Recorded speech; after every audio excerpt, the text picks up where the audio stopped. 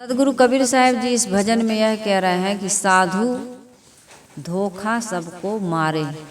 संसार के सभी लोग धोखा में पड़े हुए हैं। कैसे धोखा में पड़े हुए हैं? वो मोक्ष और कल्याण यदि खोज भी रहे हैं तो अपने से बाहर खोज रहे हैं। यही बता रहे ना आप लोग। मैंने पूछा कि आदमी जीवन में करता क्या है, उसका प्राप्तव्य क्या है? तो सुख चाहता है, शांति चाहता है। ये सहज भाषा है। मोक्ष कल्याण केवल निर्वाण, ये तो बातें हर किसी की पहुंच के बाहर है। वो जानते भी नहीं है किस्मत संप्रदाय में, पंथ में ये केवल की प्राप्ति की जाती है या मोक्ष की प्राप्ति की जाती है या निर्वाण की प्राप्ति की जाती है। लेकिन सहज आदमी का ये स्वभाव है कि हर आदमी मुक्ति चाहता है, छुटकारा चाहता है, शांति या सुख चाहता है। तो खोजता कहाँ है? संसारी बुद्धि वाला कम दिमाग का आदमी संसार में खोजता है। और संसार में क्या है? पद है, पदार्थ है, भौतिक सुख सुविधाएं हैं या भोग वासना है, प्राणी या पदार्थ, इतना ही तो है। लेकिन कितने सूक्ष्म बुद्धि वाले वे स्थूल बुद्धि को त्याग कर, यानी भोग वासना को त्याग कर, प्राणी पदार्थों में सुख ना खोज कर वो कहते हैं कि भैया यहाँ का कुछ भी स्थायी नहीं है, यहाँ एक रस रहने वाला नहीं है, यहाँ शांति सुकून मिलने वाला नहीं है, क्योंकि सब बदलने वाला, छूटने वाला है, बिछुड़ने वाला है। तो इसलिए परमात्मा को खोज लेते हैं। ईश्वर ब्रह्म परमात्मा इसको खोजता है। तो आप लोगों ने बताया, अभी मैंने पूछा तो अभी हमारी सत्संगी बहनें बता रही हैं कि वो बाहर ही खोज रहे हैं। कोई कह रहा है 90%, कोई कह रहा है 99%। कहने का मतलब ये है कि अधिक से अधिक लोग बाहर खोज रहे हैं और उसको मिल नहीं रहा है। तो आप ही लोग बता रही हैं कि भाई मिलेगा हमारे भीतर, वो तो बाहर नहीं है। जो कुछ भी है हमारे भीतर है। ये पूरे ब्रह्मांड को लेकर के एक पिंड बना। पूरे ब्रह्मांड आप जो देख रहे हैं उसको लेकर के उसी से वो कारण है और कार्य रूप में ये पिंड बना। और पिंड के अंदर में कौन बैठा है? इस पिंड को चलाने वाला, इस ब्रह्मांड को जानने वाला, समझने वाला। और हम खोज कहाँ रहे हैं? इस पिंड के बाहर। तो बाहर कहीं भी मिलने वाला है नहीं, क्योंकि जो चेतन आत्मा है, जो हमारा चोखी वस्तु है, सार तत्व है, वो मैं ही हूँ। मेरे भीतर कहना भी एक अज्ञान है, वो दूरी है, भटकाव है। मेरे भीतर कहना भी ढूंढना पड़ेगा। लेकिन यदि मैं कह दूं कि मैं ही हूँ तो एक कोई झूठ नहीं है, एक कोई कल्पना नहीं है, ये बिल्कुल सच है। जानने वाला, मानने वाला, सुनने वाला, सूंघने वाला, चखने वाला, सब कुछ को करने और धरने वाला कौन है? मैं ही हूँ। लेकिन मैं अपने आप को नहीं जानती हूँ, नहीं जानता हूँ। इसलिए सदगुरु कबीर साहब जी कह रहे हैं कि साधु धोखा सबको मारे।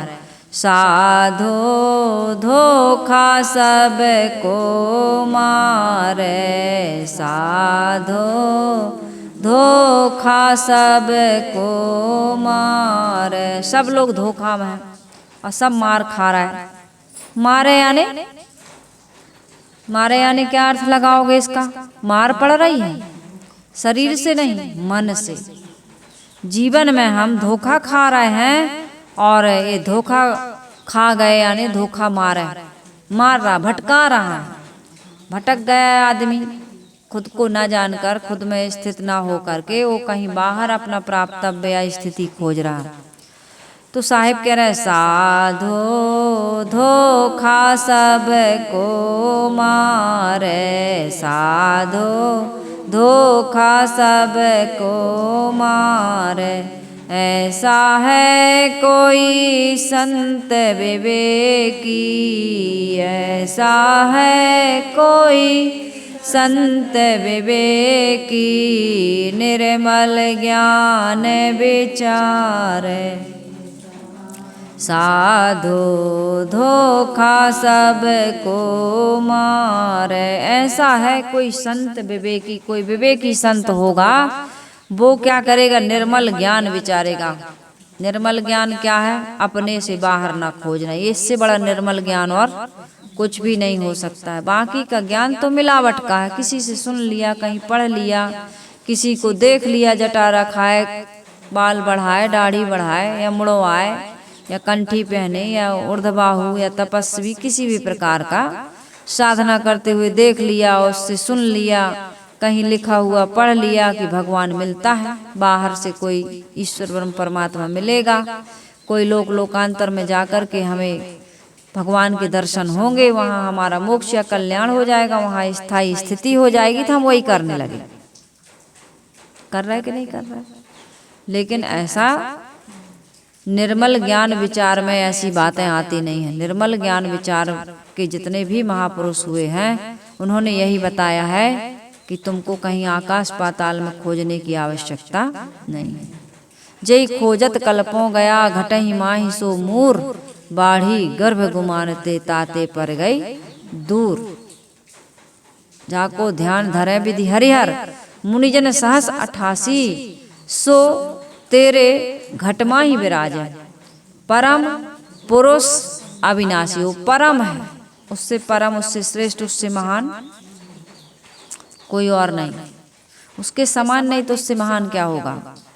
और वो कैसा है, पुरुष, पुरी शेते पुरुषा, इस शरीर में शयन करने वाला, इस शरीर में निवास करने वाला वो पुरुष, वो चेतन आत्मा कैसा है, अविनाशी।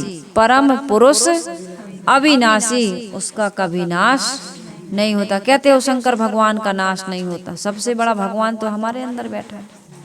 जो शंकर भगवान की कल्पना कर रहा है, जो शंकर भगवान के बारे में ज्ञान प्राप्त कर रहा है या ज्ञान दे रहा है, जो शंकर भगवान के आराधना करने के लिए तत्पर हो रहा है, वो शंकर भगवान निकल जाए अंदर वाले, तो बाहर के शंकर भगवान, ये गढ़ने वाला, मानने वाला, पूजने वाला, सुबह से फूल तोड़ तोड़ करके, अधिकतम लोग सुबह से उठे, बच्चों को माता पिता ने यही संस्कार दिया, माता पिता आज तक वही काम कर रहा है।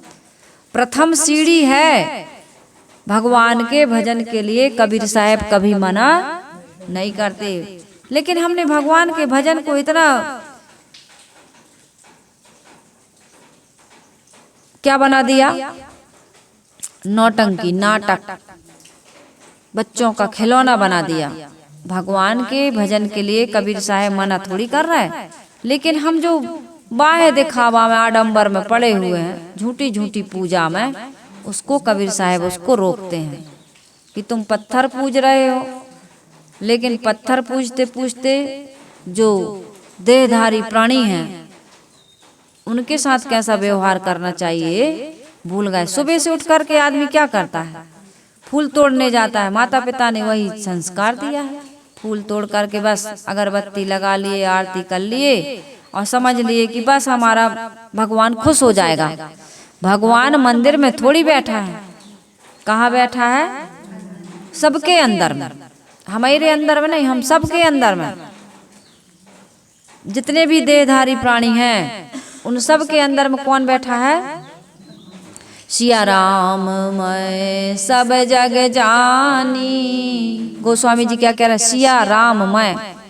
क्यों जानो सबको सिया और राम में, क्योंकि सिया और राम के अंदर जो चेतना थी, वही चेतना सीता और गीता, किशन और कान्हा के अंदर है। सबके अंदर, हम सबके अंदर, चींटी से लेकर हाथी में, सब में कौन बैठा है, सिया ही राम बैठे। और यदि हमारे अंदर सिया राम बैठे हैं तो मुर्गी अंडा, चूजा के अंदर, अंडा के अंदर में क्या है, बच्चा है, चूजा कहते हो जैसे। और लटका लटका के मुर्गी को, अंडा को पूरा पेटी के पेटी ले जा रहे हो, और सजा है तुम्हारे ठेला पर, तुम्हारी दुकान पर। कितने लोग कहते हैं साहब क्या करें, खैनी, तंबाकू, ये सब बेचना पड़ता है। अंडा भी रखे हैं कबीरपंथी, हैं सत्संगी, कहते रोजी रोटी के लिए क्या करें, ऐसा कर रहे हैं लोग। तो कहाँ वो सिया राम में सब जग जाने वाला है। कहते हम तो साहब मारते नहीं हैं, बेच देते हैं। मारते नहीं हो, बेच देते हो। काय के लिए बेच देते हो? तुम जान रहे हो ना काय के लिए बेच रहे हैं? हम नहीं जान रहे हैं। तो इस प्रकार से सदगुरु कबीर साहब जी कहते हैं, कोई निर्मल ज्ञान विचार करने वाला विवेकी संत होगा। यदि विवेक नहीं जगा, विवेक हमारा कहाँ पर नहीं जग रहा है? विवेक यहाँ पर नहीं जग रहा है कि है भीतर और खोज रहे हैं बाहर, है अंदर में और खोज रहे हैं मंदिर में। मंदिर को तो जाते हैं हम तो बड़े पवित्र होकर के जाते हैं। वहाँ क्या ले जाते हैं? अधिकतम सनातन धर्मी क्या लेकर के जाते हैं? फूल। कहीं भी जाते हो मंदिर में, तीर्थ में जाते हो तो सबसे पहले वहाँ दुकानें मिलती हैं। मंदिर बाद में मिलता है, पहले दुकान मिल जाती है। और बढ़िया फूल माला, प्रसाद, नारियल, अगरबत्ती सजा करके वो तैयार किए हैं कि आएंगे धार्मिक लोग और उनको ये हम पैसे में दे देंगे। आपको सिर्फ पैसा ले जाना है, सारी सामग्री वहाँ व्यवस्थित आपको मिल जाती है। तो वहाँ लेकर के आप जाते हो। तो मंदिर में तो फूल अगरबत्ती और नारियल चंदन सब लेके जाते हो, लेकिन अंदर में बैठे हुए परमात्मा को क्या खिला रहा है? उसके दरवाजे पर क्या रख देते हो? तंबाकू, गुटखा, बीड़ी, सिगरेट, शराब। तो अंदर वाला भगवान जब खुश ही नहीं, तुम्हारे घर के लोग खुश ना हो और बाहर तुम खूब बढ़िया से व्यवहार करो, लेकिन पत्नी से ना बोलो, पत्नी पति से ना बोले, ईमानदारी का, वफादारी का, समर्पण का भाव ना हो, सहयोग की भावना ना हो, बाहर खूब तुम लोगों के साथ सुंदर व्यवहार करो, बातचीत करो, कितने दिन तक चलेगा ये? सुकून मिलेगा? मिलती है शांति, प्रसन्नता, संतोष मिलता है। बहुत अच्छा लग रहा है भाई, बाहर आए हैं सब कोई, कितने अच्छे। कितने देर बोलेंगे वो? मंदिर में कितने देर रहोगे? मंदिर में जाते हैं तो हम कितने देर रहते हैं? घंटा 2 घंटा, इससे ज्यादा नहीं। पुजारी भी इतनी देर तक मंदिर में नहीं रहता। वो तो उसको तनख्वाह मिल रही इसलिए रह रहा, बाकी उसका दिल नहीं लगता वहाँ। मूर्ति के साथ कितने देर तक मुड़ मारेगा, माथा मारेगा?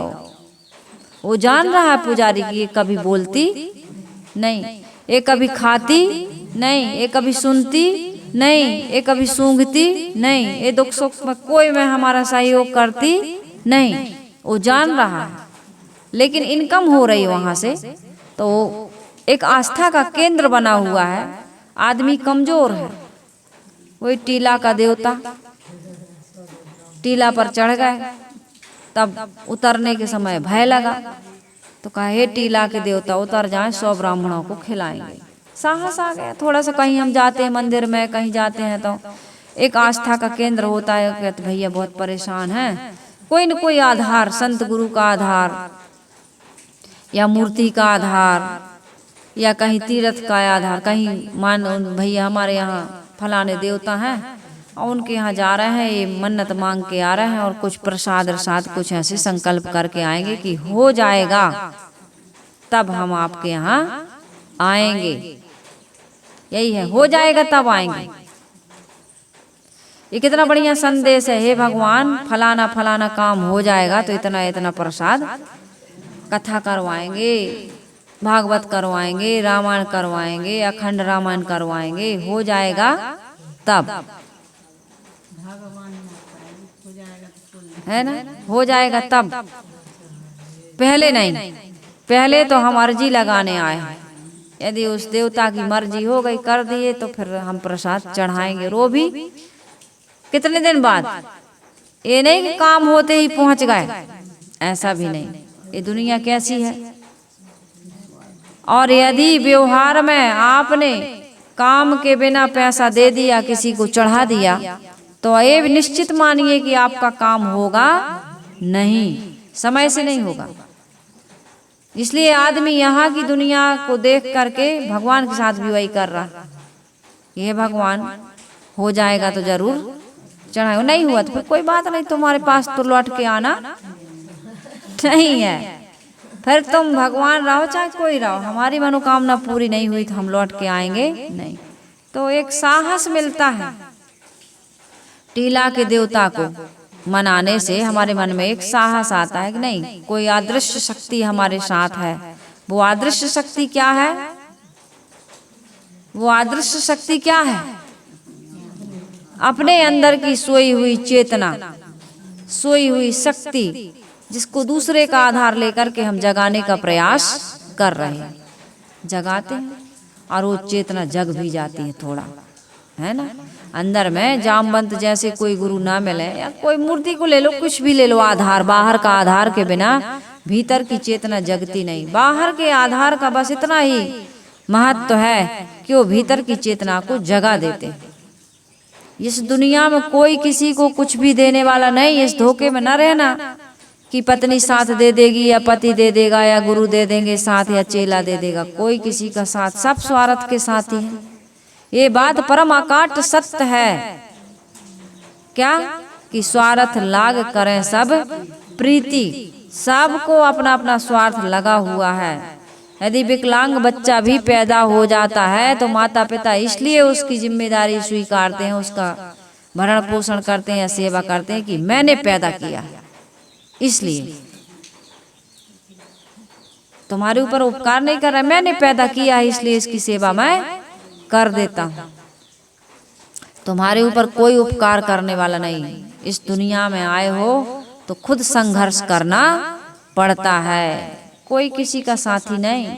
माता पिता अपने शरीर को टेढ़ा कर लेते हैं, काम करते करते उमठ जाते हैं, कुकर जाते हैं, झुक जाते हैं, टेढ़े हो जाते हैं। और फिर ऐसे लोगों को, ऐसे माता पिता को देख के बच्चे और बहुएं नफरत करते हैं।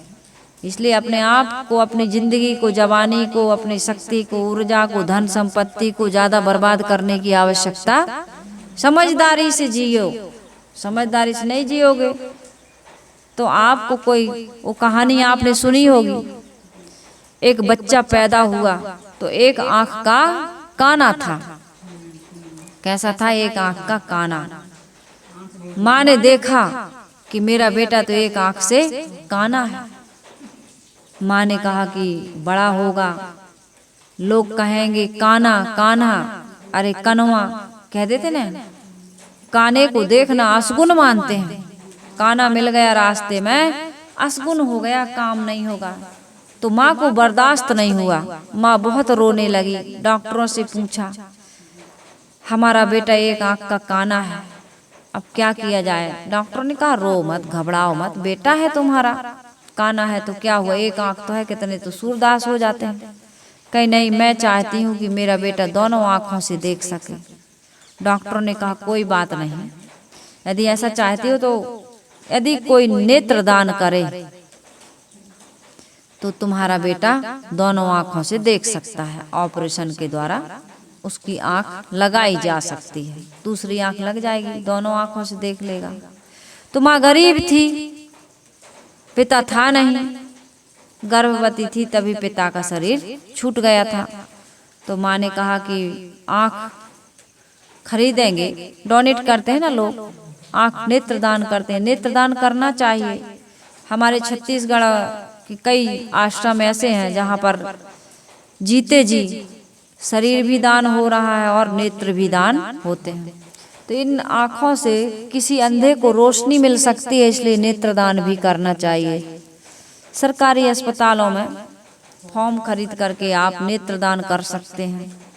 जीते जी नहीं ले जाते, मरने के बाद तुरंत डॉक्टर को आप फोन करिए, अस्पताल से पूरी टीम आएगी, आंख ले जाएंगे। और यदि शरीर भी दान कर दिया है तो मेडिकल वाले इस शरीर से कुछ सीखते हैं, जो डॉक्टरी पढ़ रहे हैं बच्चे, तो बढ़िया से आपको जो करना है इसको शरीर को कर सकते हैं। और बढ़िया फूल माला बैंड बाजे से आप इसको विदा भी कर सकते हैं। अस्पताल वाले गाड़ी लेके आ जाते हैं, ले जाते हैं, और वहाँ आपके माता पिता या आपका शरीर बढ़िया से वहाँ सीखते हैं, बच्चे कुछ सीख जाते हैं। मरने के बाद भी ये शरीर काम आ जाता है। तो उस माँ ने कहा कि आँख कितने में मिलेगी, तो उन्होंने बताया भाई इतने में मिलेगी। तो माँ ने कहा यदि मैं अपनी एक आंख दे दूं तो कहा ऐसे भी हो सकता है।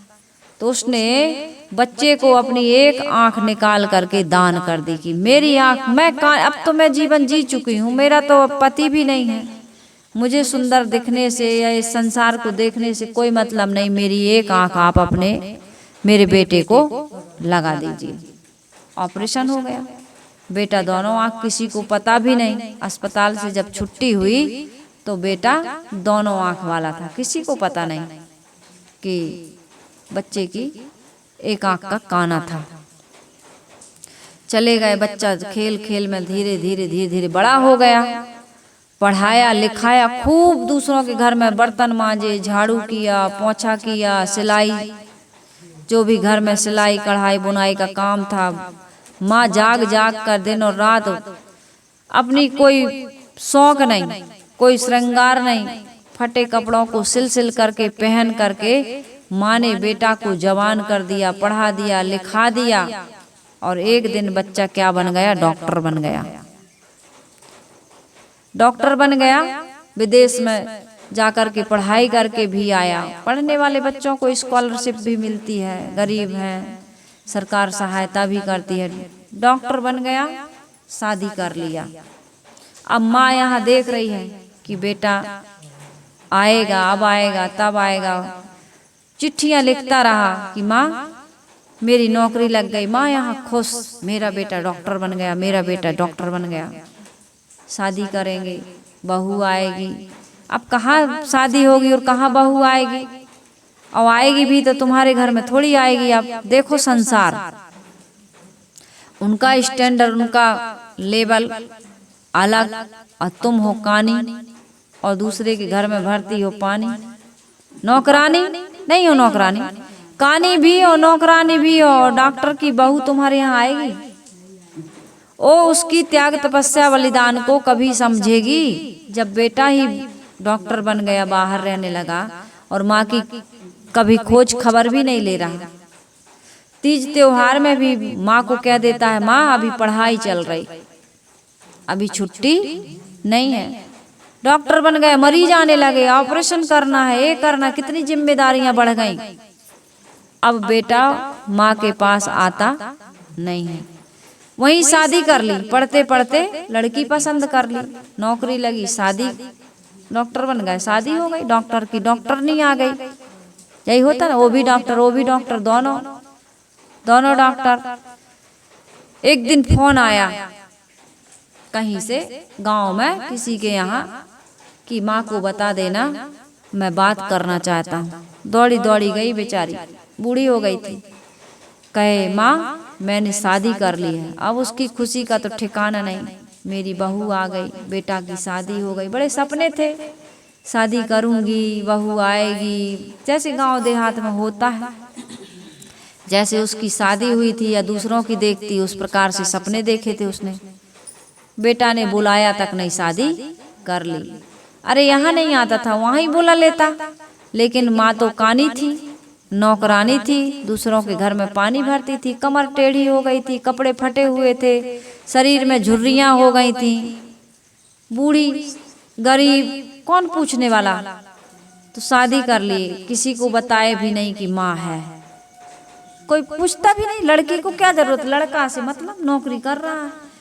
आजकल लड़कियों को ऐसा लड़का चाहिए, कैसा लड़का चाहिए?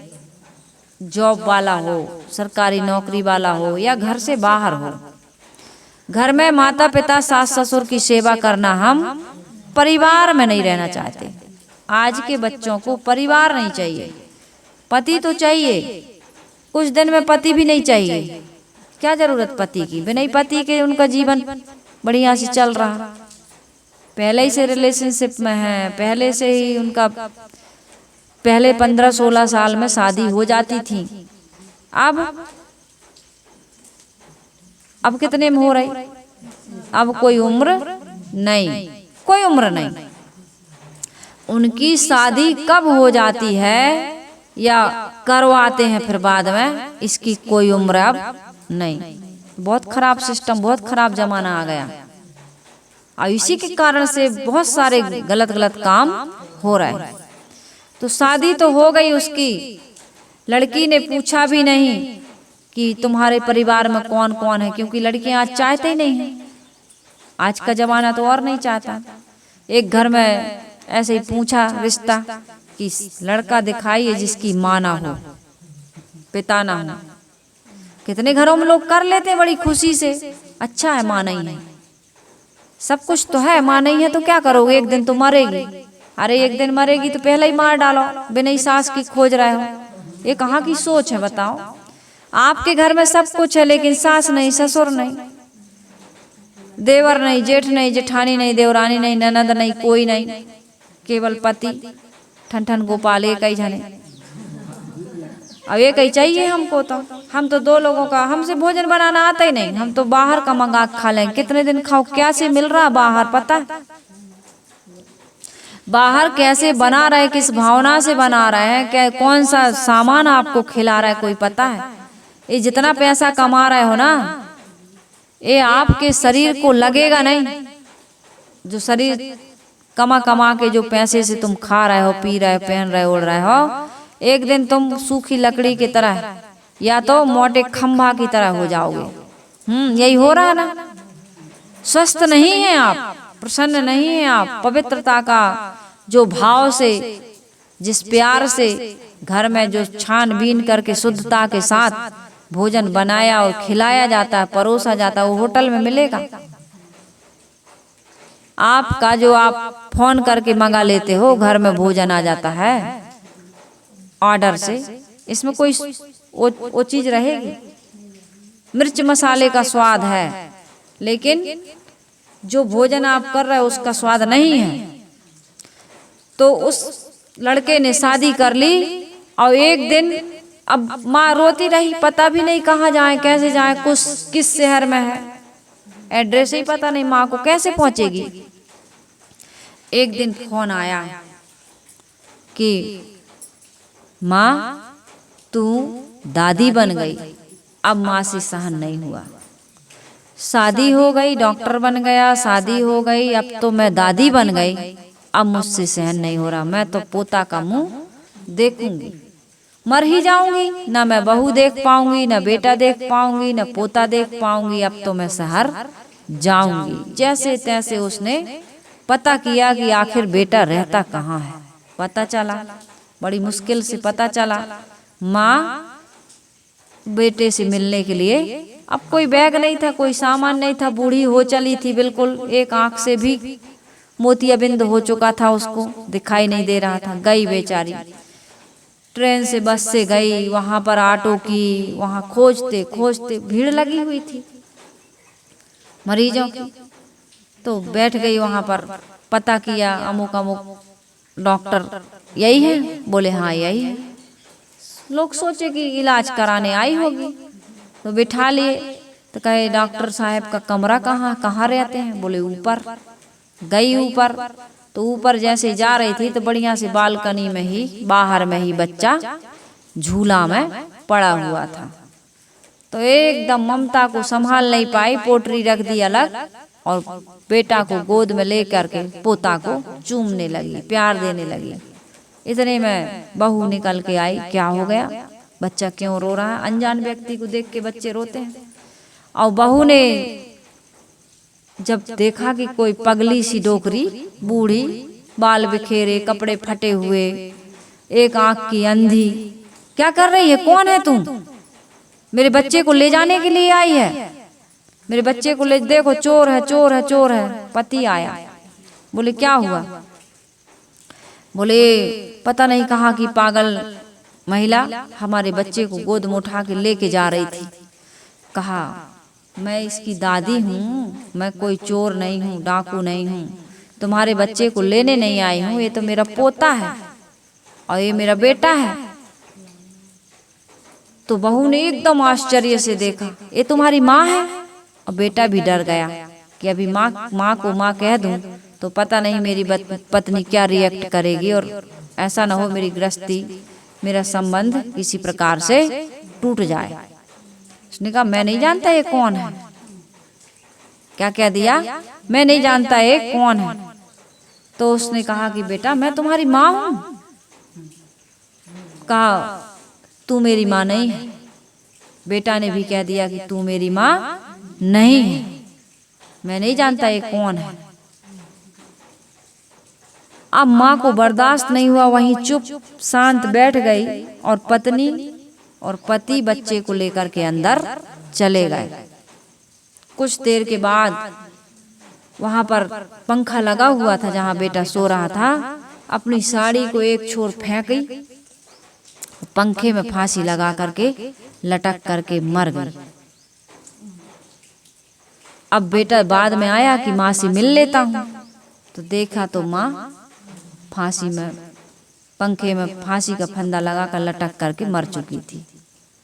बताइए, जिस माँ ने बचपन में ही कोई इसे काना ना कहे अपनी आंख निकाल के दे दी, पूरी जवानी बर्बाद कर दी, दूसरों के घर में झाड़ू पोंछा बर्तन करते करते, और आज बेटा डॉक्टर बन गया, बहू आ गई, बेटा आ गया।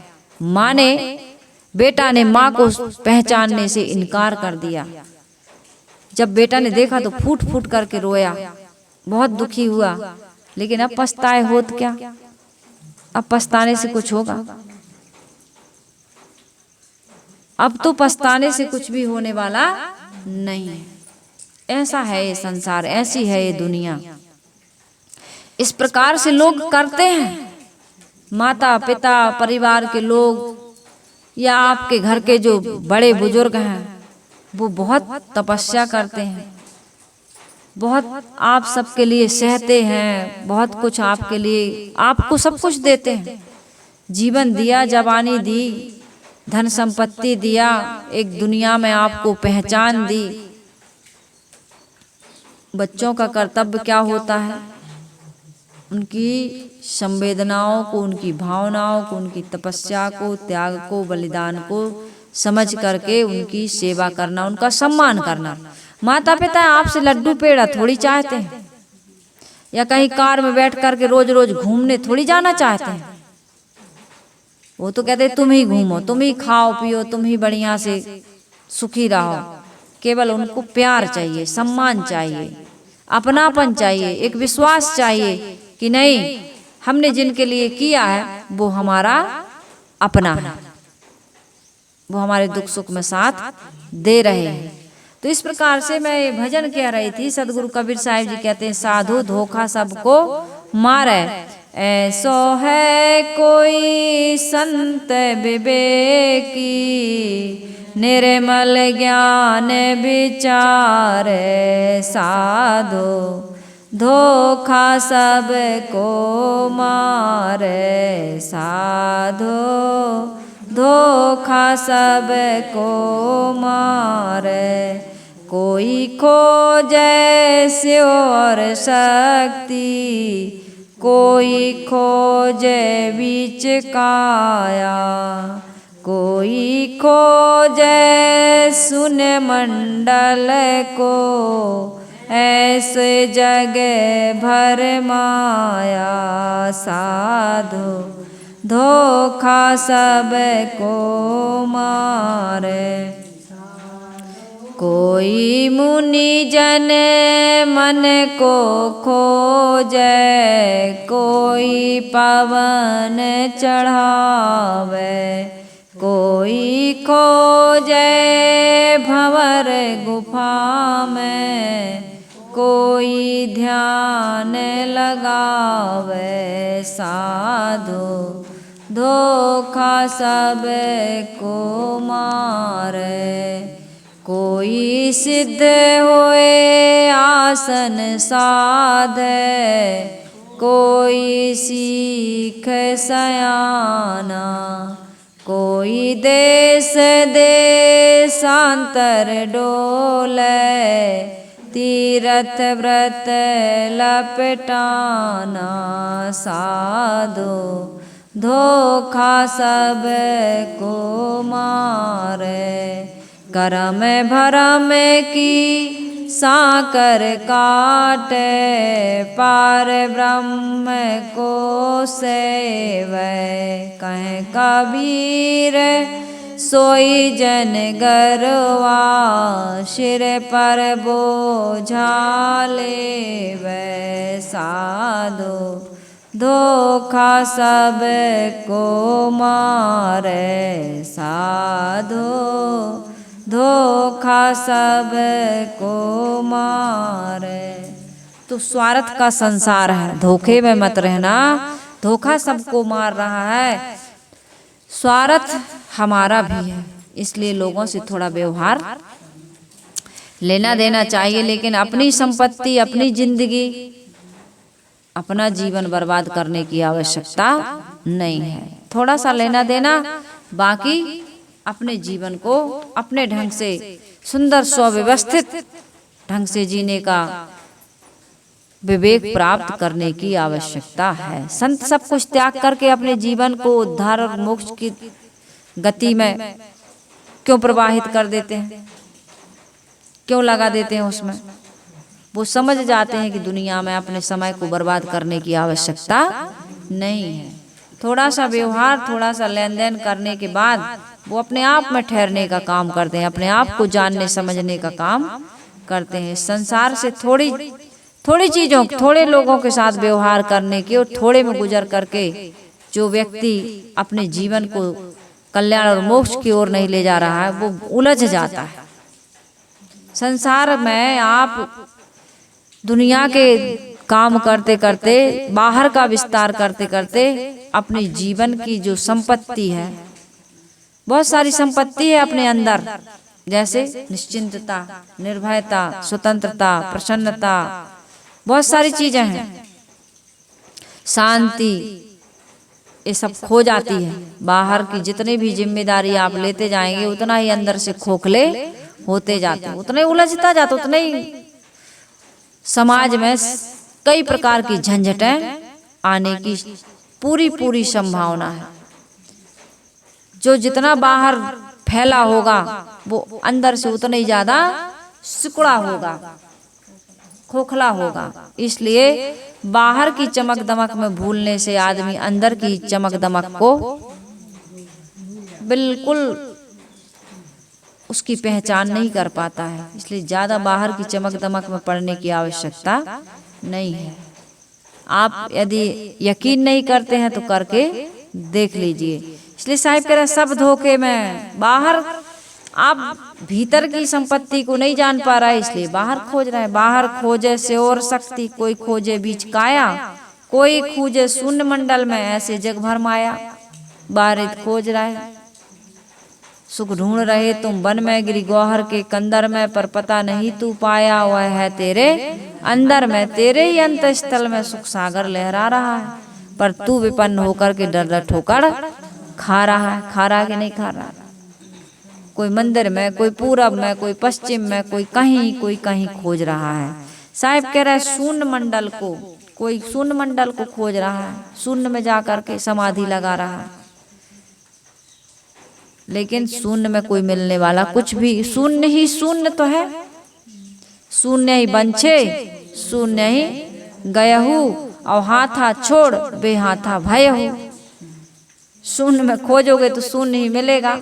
और हाथ में जो आया हुआ मनुष्य शरीर, मनुष्य जीवन था, जिसे पा करके हम मोक्ष और कल्याण प्राप्त कर सकते थे, वो हाथ में आए हुए कल्याणदायी मोक्षदायी जीवन को भी हमने शून्य में खोजते खोजते बर्बाद कर दिया। ऐसा जग भर माया, कोई मुनिजन मन में खोजे।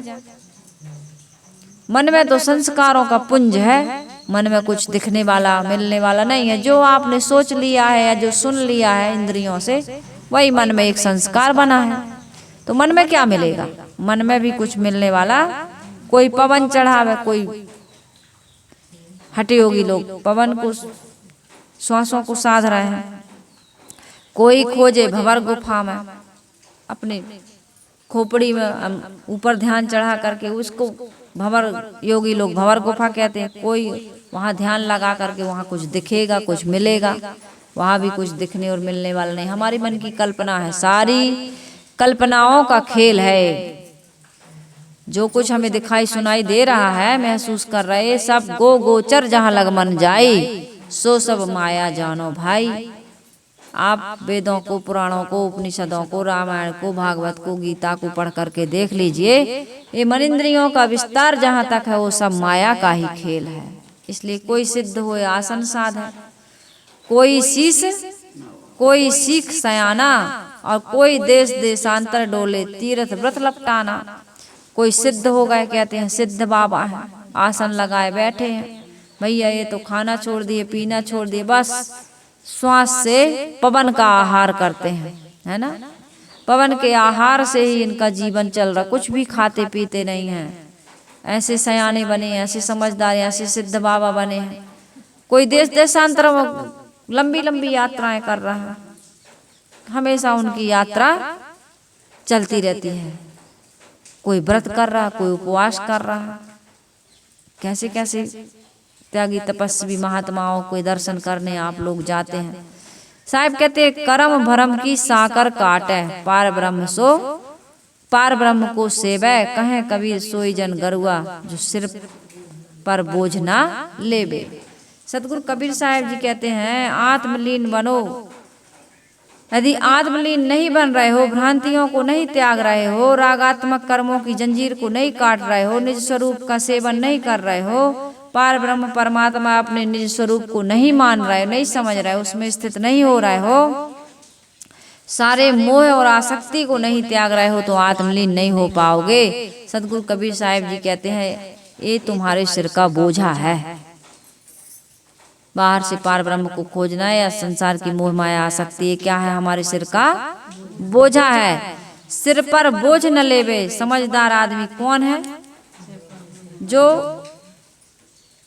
अपने ऊपर न संसार का बोझा ले रहा, न ईश्वर ब्रह्म परमात्मा का बोझा ले रहा है, उसे कुछ नहीं चाहिए, बस अपने आप में वो स्थित हो गया। अहंकार और ममता का बोझा जिसने त्याग दिया, बाहर से कुछ भी पाने का बोझा जिसने त्याग दिया, वो क्या हो गया? मोक्ष और कल्याण को प्राप्त कर लिया, सुखी हो गया। साहिब कहते हैं सिर पर बोझ न ले, कोई बोझ मत लो, न संसारिकता का, न भगवान ब्रह्म ईश्वर परमात्मा का, न मोक्ष कल्याण का भी बोझा न लो। तुम मुक्त स्वरूप ही हो, तुम बाहर से कुछ न चाहो, केवल मुक्ति आशा रहे, तेहू है बंधमान, सुखिया सदा निराशपद, सुन वैराग निधान। वैरागवान बनो और नैराश्य पद को प्राप्त हो जाओ। बाहर से कुछ भी पाने की आवश्यकता नहीं है। मुक्ति ऐसी चीज है, सबको छोड़े होए, और जब तक राखे अन्न को, तब तक तेह को खोए। अन्न कुछ भी पाने की, अन्य यानी अलग से कुछ भी पाने की आवश्यकता नहीं है। बढ़िया से तो चल रहा है, श्वास बिल्कुल ऑक्सीजन उधार फ्री में मिल रही, कुछ शुल्क लग रहा, पानी बिल्कुल निःशुल्क है, भोजन का कुछ शुल्क लगने लगा। पहले तो फल फूल कुछ भी लेके आदमी खा लेते थे। इतना अनाज है, इतना अनाज है कि 10 साल भी आदमी काम ना करे, सूखा पड़ जाए, अकाल पड़ जाए, तब भी स्टॉक खत्म होने वाला खा लेगा आदमी। भूखा नहीं, भूख से नहीं मरेगा, खाएगा आदमी, जिएगा आदमी। लेकिन अब शुल्क में मिल रहा, कुछ पैसे मिल रहा, तो इतना तो सामर्थ्य है कि हमको कुछ न कुछ खाने को सुबह से शाम तक सबका पेट भर जाता। अजगर करे न चाकरी, पंछी करे न काम, दास मलूका कह गए सबके दाता राम, फिर क्यों मरे जा रहे हो?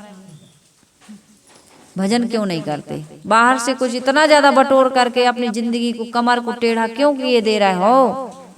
क्यों कमा रहे हो इतना? एक अभ्यास बन गया आदमी का, एक आदत बन गई कमाने की। नहीं करेंगे तो जीवन चल। सीता मैया कहाँ जाती कमाने? हमारे यहाँ सत्संग में आती सीता बहन, कहाँ जाती? कहीं जाती हो काम करने, लेकिन दोनों टाइम खाती हो कि नहीं खाती हो? बढ़िया से खाती, आराम से खाती, टाइम से खाती है और बिल्कुल मस्त रहती है। वो तो इनका ऐसा शरीर है ही। कोई कहे कि अरे खाने को नहीं मिलता इसलिए। तुम ज्यादा मोटे तगड़े थुल थुल हो जाओगे तो भी क्या होगा? 4 के कंधे पे जाओगे, गाली देंगे वो। इतना खा खा के मुठाए हैं कि हमारा कंधा टूटा जा रहा, मरने के बाद भी दुख दोगे, है ना। तो बढ़िया से जीवन जीने की आवश्यकता है, समझने की आवश्यकता है। कभी बैठ करके चिंतन करते हो कि कितने की आवश्यकता है? हमें नहीं करते, लेखा जोखा नहीं है। बैठना पसंद नहीं, अरे बैठ जाएंगे तो संसार ही नहीं चलेगा, हम ही ढकेल रहे संसार को, घर बर्बाद हो जाएगा, बहू बेटा भूखे मरने लगेंगे। ऐसी भ्रांति मन में पालने की आवश्यकता नहीं है। बढ़िया से चिंतन भी तो करो थोड़ा जीवन को ठहर करके, और तुम नहीं करते तो नहीं करते, काल बन के दूसरों को भी चिंतन नहीं करने देते, घेर घेर के चक्कर काट रहे हो, ग्रह जैसे लग गए हो। ग्रह ऊपर थोड़ी है, ये यहीं के लोग ग्रह बन करके परेशान कर रहे हैं। तो कोई ध्यान समाधि साधना कर रहा है, आत्मचिंतन कर रहा है, तो उसकी सेवा करने के लिए चुपचाप आते हो। देखो जितने भी महापुरुष हुए हैं, अब तुम दिन भर फोन ही लगा रहे हो, इसका बताओ उसका बताओ, बैठने आ गए, कितना जानकारी हासिल करोगे, कितना जानोगे। अरे जो जानते हो उतना कर लो, जो खुद बोलते हो उतना सुन लो, और जो दूसरों को सुनाते हो, दूसरों से कहते हो कि तुम खुद उतना कर लो, तुम्हारा उद्धार हो जाएगा। तुम जितना कमाते हो उसको खा लो,